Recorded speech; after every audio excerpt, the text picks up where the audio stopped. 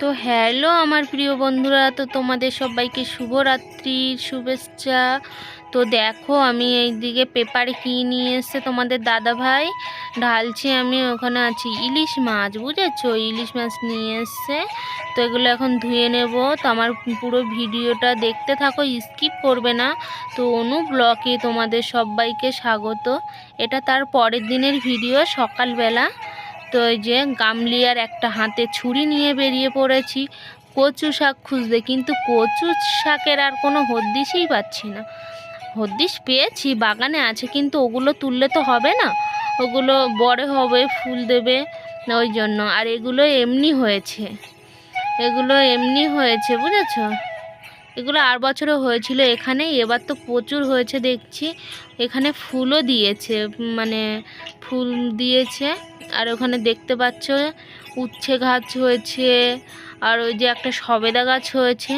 ওগুলো কিন্তু রোয়া হয়নি, ওগুলো এমনি এমনি হয়েছে, মানে এমনি এমনি না, আমরা খেয়ে হচ্ছে দানা ফেলেছিলাম, ওই দানা পড়ে ওই উচ্ছে গাছটা হয়েছে। তো উচ্ছে গাছে এত উচ্ছে ধরেছে বন্ধুরা, কি বলবো, কিন্তু ছোট ছোট দেখাতেই পাচ্ছি না তোমাদেরকে।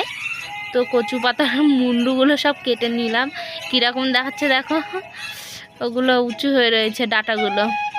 আর সবেদা গাছটা, মানে সবেদা এখনও ধরিনি, নতুন তো, ওই জন্য ভালোই বড় হয়েছে। তো চলো দেখতে থাকো ভিডিও। তো এই দেখো কচু শাকগুলো কেটে নিয়েছি। এখানে কিন্তু দু রকম শাক আছে বন্ধুরা। তো এখানে কচু শাক আছে, আর হচ্ছে ওই লাউ লাউ না, সরি কুমড়োর পাতা, কুমড়ো শাকের ডাঁটা তুলেছিলাম তো, আর কুমড়ো পাতা, ওই দু রকম পাতা দিয়ে আজকে ইলিশ মাছের মাথা হবে, বুঝতে পেরেছো। ওই যে কড়া এদিকে বসিয়ে নিয়েছি, কড়াতে এই যে সেদ্ধ হয়ে গেছে, জলটা ফেলে দিলাম। জল না ফেলে দিলে আবার গাল চুলকায়, আমার তো গালই চুলকায়, একটু অ্যালার্জি আছে ওই জন্য। তো এদিকে দেখো এই যে আরেকটা কড়াই বসিয়ে নিয়েছি, কড়াতে এবার তেল দিয়ে নেব। তো এই ফার্স্ট টাইম রান্না করছি কচু। তো দেখতে থাকো আমার ভিডিওটা, নিশ্চয়ই তোমাদের ভালো লাগবে বন্ধুরা। তো এইদিকে দেখো মানে কাঁচা ঝাল ফোড়নে দিয়েছি, আর 5 ফোড়ন, মানে হচ্ছে। আর তো ইলিশ মাছে ওই ফোড়ন ছাড়া আর পেঁয়াজ রসুন আমার জন্য খেতে ইচ্ছা করে না, এই শুধু কাঁচা ঝাল আর হচ্ছে, মানে টেস্টটাই আসে না, তাই না। ওই যে মাছের মাথাটাকে মানে এ করে নিয়েছি, ভেঙে নিলাম। আর এদিকে দেখো ওই যে কচু শাক আর লাউ শাক দুটোই ভালো সেদ্ধ হয়েছিল, এই যে একটু ভেঙে ভেঙে নিই, মাথাগুলো শক্ত তো ওই জন্য। ওই যে লবণ হলুদ দিয়ে দিয়েছি। আর কড়াটা না বসেই না গ্যাসে, শুদ্ধ নড়ে, বড্ড নড়ে। তো আমি একটু স্বাদ মতো চিনি দিয়ে নিচ্ছি। তো চিনিটা দিলে ভালোই লাগে, একটু টেস্ট আছে, মানে কোনো সব কিছু তরকারিতে দেখবে একটু চিনি দিলে না তরকারির আলাদা একটা টেস্ট।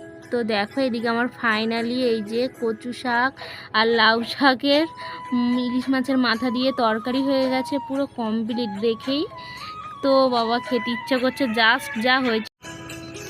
তো বন্ধুরা দেখতেই পেলে আমার রান্না তো কমপ্লিট হয়ে গেছে। এদিকে তোমাদের দাদাভাই খেতে বসে পড়েছে। তো স্নান টান হয়ে গেছে। তো আমি একটু জিজ্ঞেস করলাম যে তোমার তরকারি কেমন লাগছে, তো বলছে ভালোই লাগছে, কিছুতেই ক্যামেরার সামনে আসতে চায় না। তো জোর করে হচ্ছে আমি ভিডিও করেছি, এদিকে খেয়ে নিচ্ছে। এর আগে দুখানা তরকারি ওর খাওয়া হয়ে গেছে, কুমড়োর ডাঁটা আর আলু দিয়ে, আর ইলিশ মাছ রান্না করেছিলাম, কাঁচা লঙ্কা ফোড়ন দিয়েই করেছিলাম, আর রাতে তরকারি ছিল সেটা খেলো। আর এখন ওই যে কচু শাক দিয়ে দিচ্ছে, আর আমি গিয়ে উপস্থিত। আমাকে বলছে তুমি খাবে, তাই আমি বলছি দাও।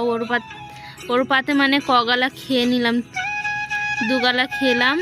তো আমি বলছি আমি একটু টেস্ট করে দেখি, ওই যে খাচ্ছি।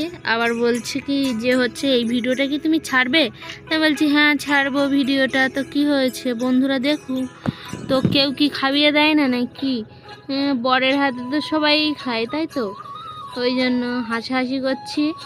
আর বলছি যে আমি ছাড়বো, ঠিক আছে।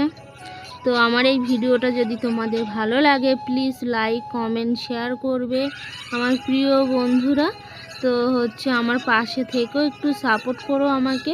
তো তোমাদের কেমন ভিডিও পছন্দ একটু তোমরা নিশ্চয়ই কমেন্ট করে বলো, তো আমি দেওয়ার চেষ্টা করব। আমার ভিডিওটা ভালো লাগে কিনা তোমরা কমেন্ট করবে। তো সবাইকে এখন টাটা, আবার আসছি পরের নেক্সট